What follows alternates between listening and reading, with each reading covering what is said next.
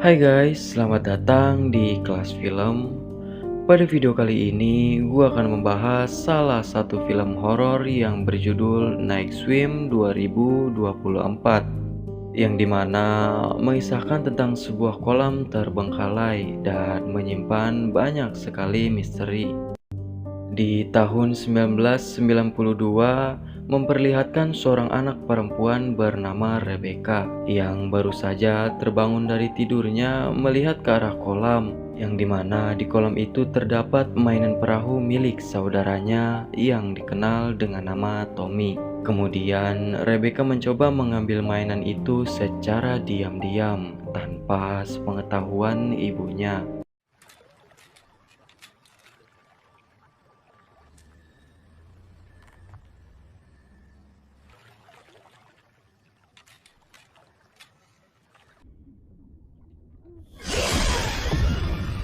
Namun secara tiba-tiba Rebecca tersungkur ke dalam kolam. Di luar kolam terlihat bayangan ibunya yang mau membantu, akan tetapi bayangan itu menghilang secara tiba-tiba.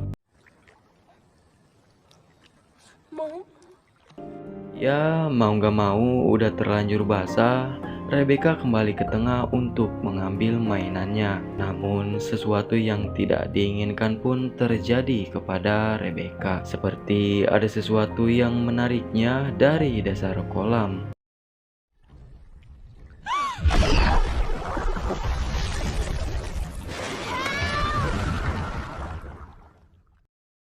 Singkat cerita, beberapa tahun berlalu, terdapat seorang pria bernama Ray. Diketahui Ray ini adalah mantan pemain baseball profesional, namun kini ia sudah pensiun karena suatu penyakit yang menimpanya.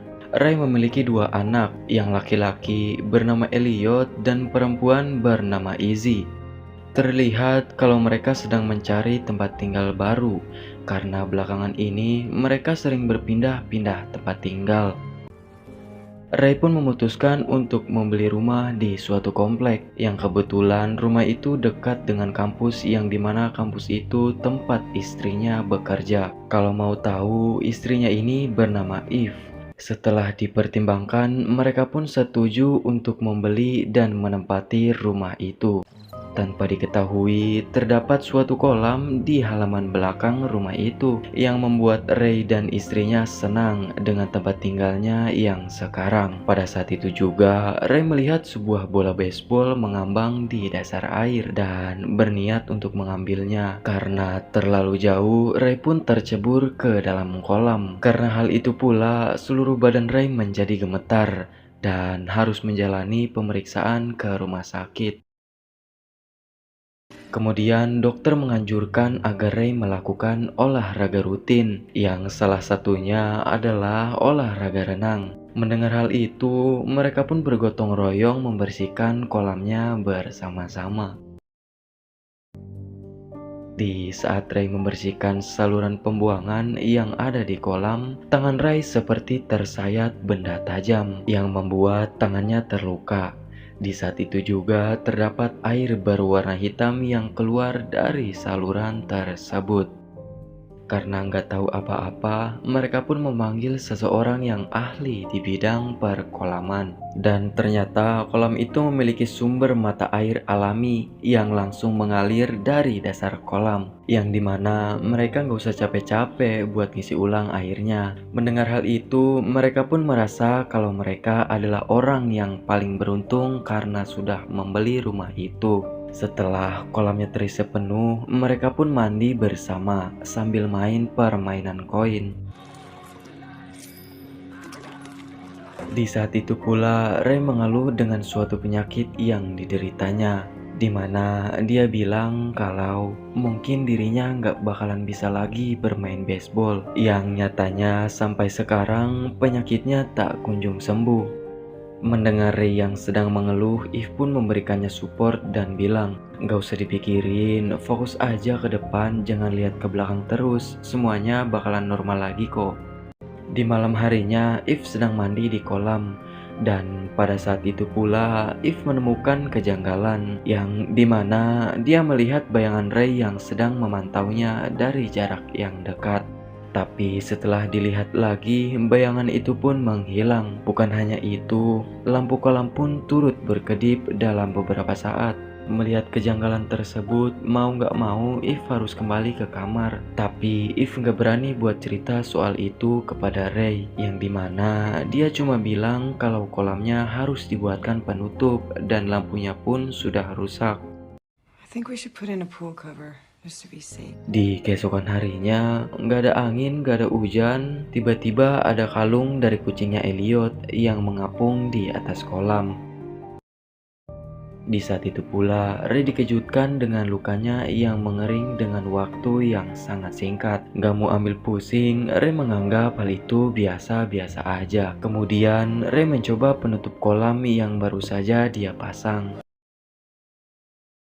Waktu check up pun tiba, di mana Ray menjalani terapi di sebuah rumah sakit, yang pada saat itu pula ia pun dikejutkan dengan hasil pemeriksaannya, yang dimana hasil dari pemeriksaan tersebut tertulis kalau penyakit Ray bisa membaik dengan waktu yang sangat cepat. Ray menyangka kalau semua itu dihasilkan dari rutinnya dia menjalani terapi renangnya di rumahnya.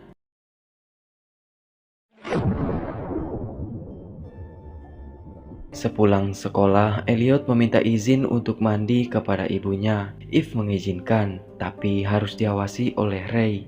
Elliot pun bergegas mencari ayahnya dan mengajaknya mandi. Namun, Ray sedang sibuk berolahraga, dan Ray cuma ngasih satu koin yang bergambar wajah tersenyum dan melarang Elliot untuk pergi ke bagian kolam yang dalam. Ya, mau gak mau, Elliot harus mandi sendirian bersama mainan-mainannya.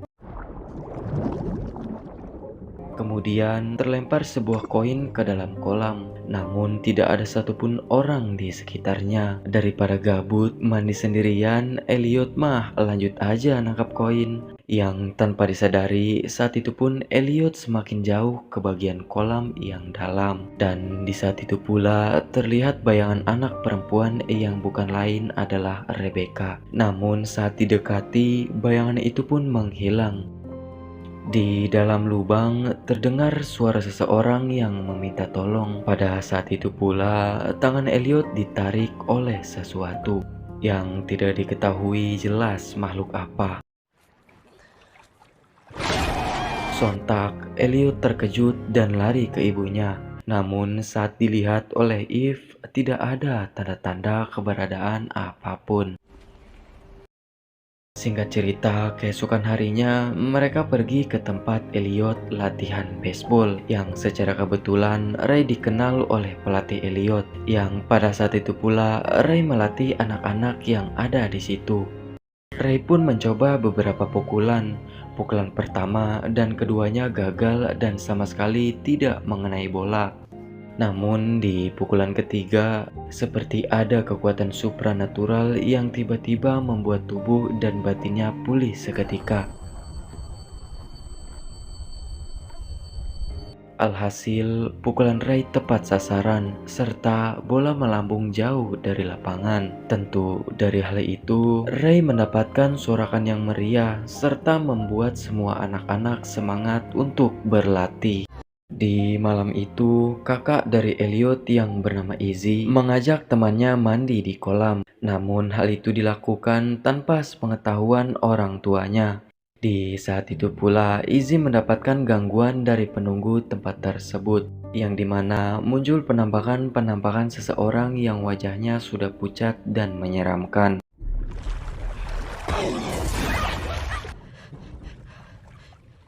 Kolam yang awalnya nggak dalam-dalam amat, saat diselami, tiba-tiba kolam itu menjadi sangat dalam, yang nggak jauh beda sama danau.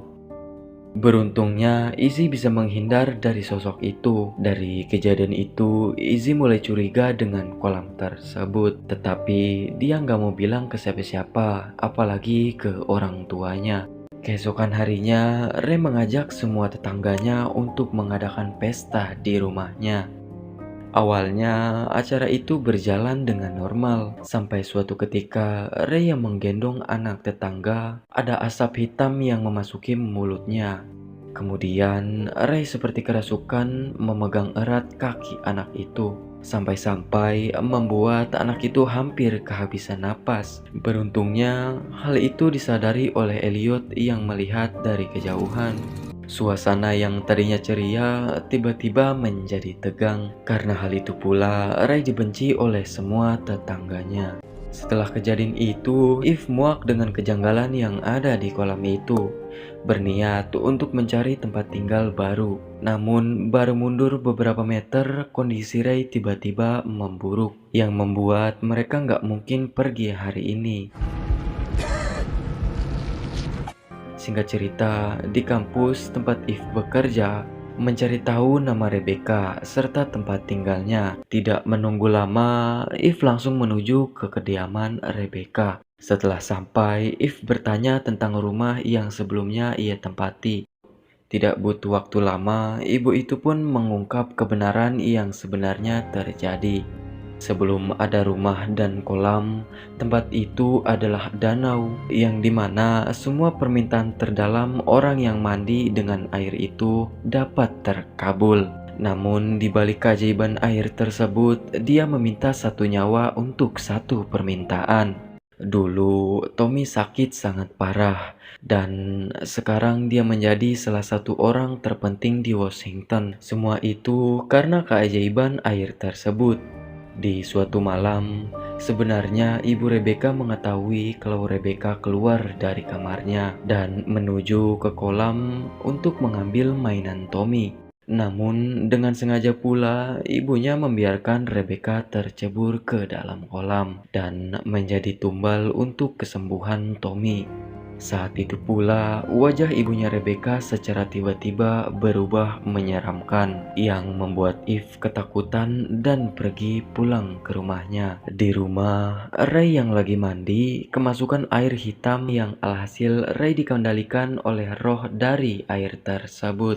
Di saat yang bersamaan pula, Elliot mendengar suara kucingnya yang terjebak di balon pelampung. Namun saat diperiksa, nggak ada apa-apa sama sekali. Karena hal itu pula, Elliot tercebur ke kolam, yang dimana penutup kolamnya pun menutup secara tiba-tiba. Beruntungnya, kejadian itu diketahui oleh Izzy dan Eve. Di sisi lain, Izzy memanggil ayahnya untuk meminta pertolongan. Namun, Izzy terjatuh dan tertusuk pecahan beling. Sontak, Izzy pun dikejutkan dengan perilaku ayahnya yang udah di luar kendali. Izzy pun terus menghindar dan mencari tempat untuk bersembunyi. Kembali kepada Eve yang sedang mencari Elliot di kedalaman kolam. Sampai suatu ketika dia melihat sosok Rebecca yang memberitahukannya jalan di mana ia bisa keluar dari air itu. Setelah berhasil sampai di tepi kolam, Elliot sudah terlanjur kehabisan nafas. Please, we need to get him to a hospital, Ray. Saat itu pula, Ray yang sudah di luar kendali dapat dilumpuhkan oleh beberapa pukulan dari Izzy, yang mana hal itu membuat Ray dapat tersadar dan memuntahkan air hitam tersebut. Melihat Elliot yang udah tersiksa, Ray meminta satu permintaan, yaitu meminta agar Elliot dapat terselamatkan dan menjadi anak yang berguna. Dari permintaan itu pun Ray mengorbankan dirinya untuk menjadi tumbal.